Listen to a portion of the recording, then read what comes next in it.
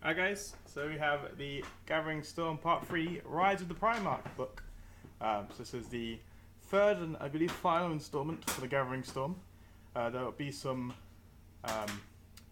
new chapter of the story coming out soon, from what I've heard, from what you have said. So that should be quite cool. But this is the beginning of the long, I could say long war, I guess it could be a long war. It is definitely the beginning of something big. So it's already been pretty big because you've got Beelda got their god back, Cadia fell, and now Gulliman has returned. So let's have a look inside the book. You start off with this quite cool art bit, but that comes in there. So, book 3, the Grey Knights, the Ultramarines, the Dark Angels, Gulliman himself. So you get 136 pages. The majority of it's story, just as before, with then the few rules bits at the end. So you've got the Fallen, you've got some formations for the Grey Knights and the normal Space Marines, and you've got Gulliman himself, Cypher, Voldus, and yeah, the actual Fallen forces. So I'll look through, just explaining some like stuff that's already happened, and you get cool artwork like this. Ultramar Defiant. This is Gulliman. So yeah, the Emperor's Sword. There's some really nice new artwork in this book. We go through, you get the story, you get cool stuff like this, star maps. So in this, I've not read the entire thing yet, as the point of recording for this, but from what I've seen so far, it's been pretty good. So you've got Gulliman, these guys, well, the Eldar and their guys are, as you see, if you've seen the Warhammer TV stream, or you've seen the some of the other stuff, like if you've read book 2, so you haven't, minor spoilers, I guess, but the Alliance have come to bring Gulliman back, basically. So he gets to read all that in the story, get some cool artwork.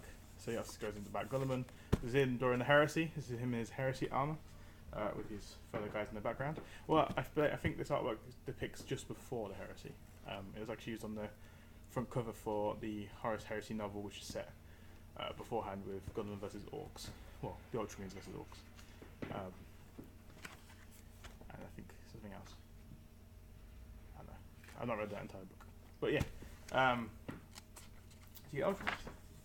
And it goes through, so you get some story, get some cool artwork and stuff. Get this really nice artwork. This is quite cool with the players from before. You've got Perseus Kroll, you've got the Gemini and Celestine, you've got Voldus now, and you've got Gulliman fighting the Black Legion in the Gulliman Shrine Room. Which is quite cool. And then you get this cool artwork, obviously quite aping like the idea of the Emperor besides Gulliman, living saint giving him his blessing and stuff. You've got your Rain, Kroll, and Greyfax, the Manus Cargo. So yeah, so you get some cool artwork stuff here. More of this new art, which is quite cool. More the discussion of the gods and everything, which is quite nice. You get more of the story, as you can imagine. You got all the cool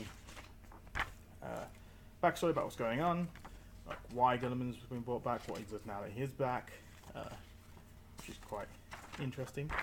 I'm going to try to skip through some of the more stuff. So yeah, so you get cool new artwork, which is the main one that like awesome things about these books. They bring the actual the story to life. But the whole main story of this is obviously Gulliman's return, what he's doing now with the Imperium, and then we're going to see what carries on out of this into the next stories, which should be very interesting, even. If I can speak my words today. So you've got Fate Weaver and Gulliman going at it, and then I'll skip to some of the cooler art. So you get some actual models. Got Kiko Sakaris. Cypher. Yeah, Cypher's quite cool. And then we'll have a look at get this cool big battle picture, which has, if you spot the forces, you've got Magnus and his Thousand Sons and all his demons. Then you've got Harlequins, Sisters of Silence, Custodian, Templars, like a whole different, loads of forces. Celestine. And then you've got some cool artwork like this, which is quite nice. Magnus and Gulliman going at it. Not in that sense. No joke. Ready to fight each other, basically. And you got the you got Custodian. You got this cool artwork. This is quite nice. So it's like Gulliman and his forces of the Imperium.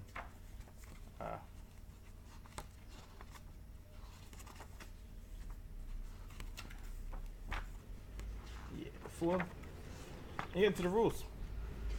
So I'm going to try and skip the Echoes of War missions. I'll show you a interesting map deployment for one. I'm going to try and hide off all the names and everything.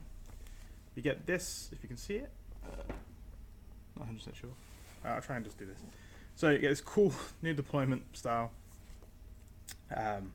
which has an interesting way of playing the game, which should be good. I'm going to give it a go with some friends. So you get loads of Echoes of War. You get some Cataclysms.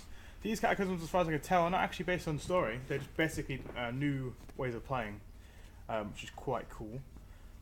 A bit like no Eternal War or Maelstrom missions. And then, then we get into the forces of the Adeptus Astartes, because this is basically the Space Marine book. So you get Cypher, who can be used in multiple ways. You can use him as part of a Fallen detachment, as allies basically, and then they come into different forces. Or he can be used as a HQ in any armies of the Imperium or Chaos Space Marines, and then he doesn't take up a spot on the force organization chart. He's a HQ choice. So he has some cool rules, like you might want, so as ye sow, so shall ye reap. That's quite cool. He's basically a gunslinger ready to go into the fight. Mix it up. He gets his plasma pistol and he gets his a bolt pistol. And then you get this in pursuit of the Fallen. So if you play against Dark Angels and you have Cypher in your force, you get these rules, which are basically an extra secondary objective. And then you get the Fallen Champions, so formation for using Cypher and using actual Fallen. Then you get the rules of Valdus and his Bulwark of Purity. And then you get, this is quite cool, the Demonic Adversaries. So those people remember the old Demon Hunter Codex, where you could have it so you can set up any force that's non-demon to have something to do with them that's demonic to justify the Grey Knight's appearance. This is basically this, but in a bit more simplified but quite cool fashion. So demonic possession, so the adversaries, this is one thing, so demonic possession is the adversary's warlord gains the demon, fleshbane, armorbane and smash special rules, as well as a 3+ invulnerable. So that could be pretty powerful for something, but that's something you want to kind of set up. It's more of a narrative based thing than just playing it in like tournaments or whatever, because it's all about why the Grey Knights are fighting these forces, not just turning up and fighting because like the Imperium wants them to. They've got a lot more important jobs to do than that. And then going to Rabute Gulliman. These rules, I think everyone's seen them online by now, but obviously here they are. He's a Lord of War. He counts as a Lord of War for any Imperial faction. So he is a true Lord Commander of the Imperium. He's going around helping everyone out. So this is a battle curve Gulliman walking around with them, which would be interesting. Or you can have potentially the Custodes if they come out with their own codex. Have Gulliman with them. That's quite coll. You get Triumphant of the Primarch, like you've been having of all the others. You get the free man of every model in that box set as a formation, which is quite cool. They get the awesome rule of rerolling 1 failed save per turn. I can get this? Which is quite cool. I can help out a lot. Is it the first? Or just one failed. And you get the Vivitrix Guard. It's an interesting one. So it is Sakaris, a unit of Honor Guard, and 4 Stern Guard veterans or Vanguard veteran squads. And they basically go around helping the Primarch. Fight like demigods, and the Primarch is chosen as their rules, so that's quite cool. And then we get into the forces of the Ultramarines. So if you're an Ultramarine player and you want some extra stuff to add onto your Ultramarine forces, here you go.